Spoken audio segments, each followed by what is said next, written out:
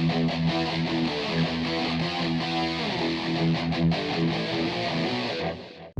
guys, Ronin Reaper here. So yep, it's a great day outside, so naturally how I'm going to spend it in the cinema.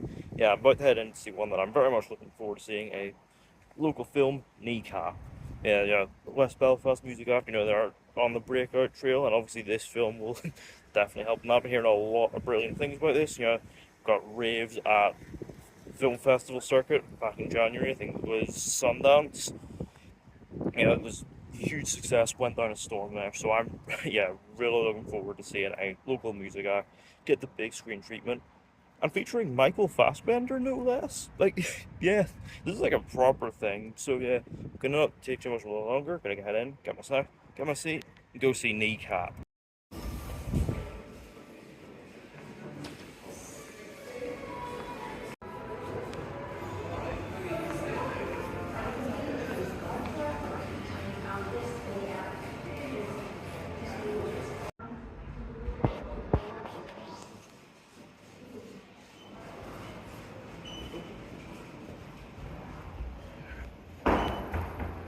So yeah, I've got my popcorn here and a Coca-Cola. Not exactly the kind of Coke these guys would be playing around with. Ready to maybe brush up on my Irish.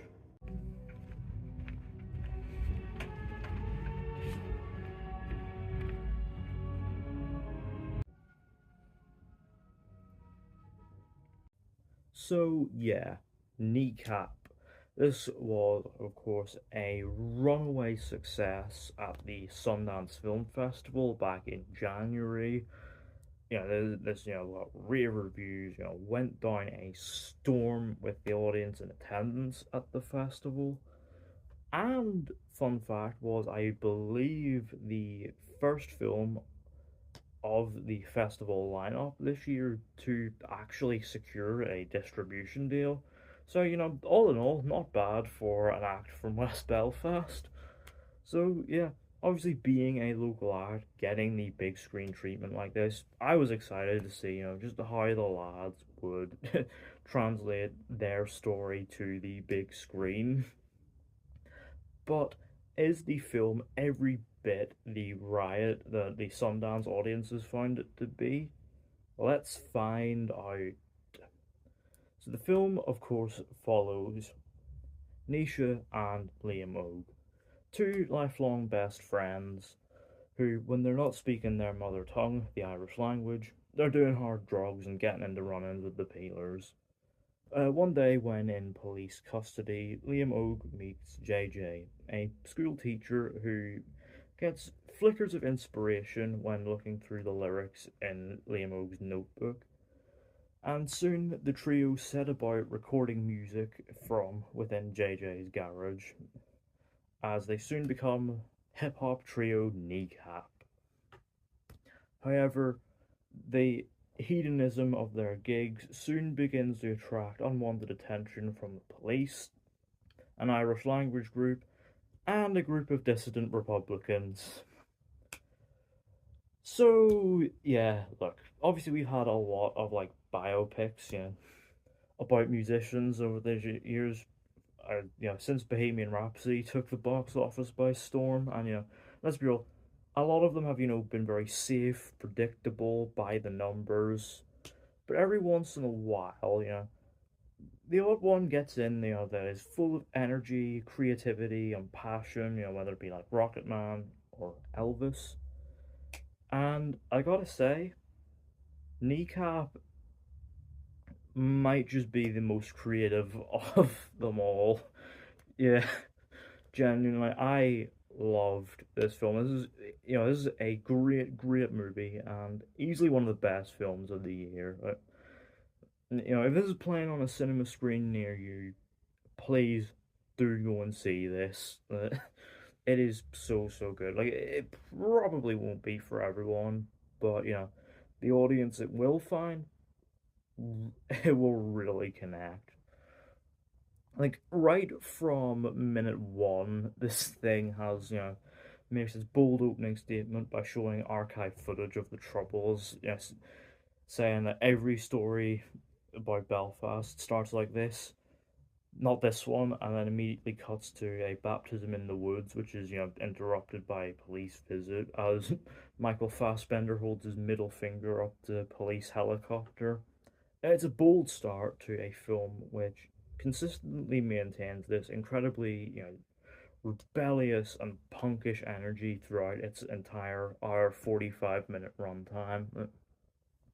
There are so many creative flourishes on display here, whether it be like little scribble animations or stop motion segments, POV shots, upside down cameras. This thing just feels like such a wild, drug fueled trip that, it consistently maintains this wild, hedonistic energy throughout. It is, in fact, it's worth seeing on the big screen just for these insane, jaw-dropping visuals. Like, this is a low-budget film, and yet it has every bit the style, personality.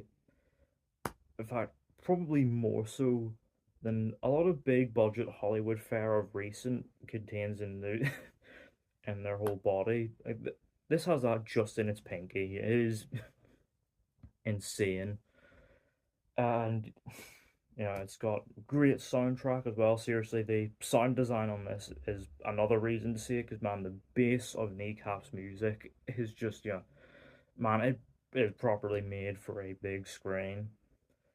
And you've also got some other artists in here, some licensed songs, including the likes of The Prodigy. And the film is also really, really funny. Like, it has a sort of tongue-in-cheek, pitch-black sense of humor, whether it be like dodo analogies or or Liam Ogue and his Protestant girlfriend making references to controversial points in Irish history during sex, or even a really funny recurring gag involving a group of dissident Republicans called RRAD. The film is just, delivers many, many big laughs, and it's these moments of comedy that are perfectly in line with its very rebellious sensibility.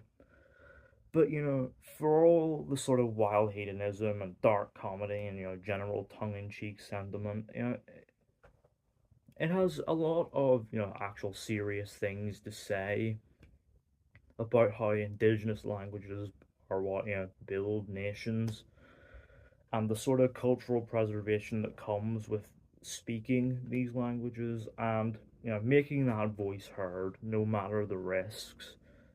You know, it's got, a really strong dramatic backbone to it. And I mean, it helps as well that, the acting here is pretty great. Like, obviously, the Kneecap trio, they're credited by their stage names Moglai Bap, Mokara, and DJ Provi. Considering that these guys are not professional actors, they are really good here.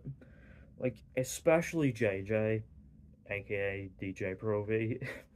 His eyes, perfectly portray and convey this sort of inner conflict he's having with himself regarding his position in the band.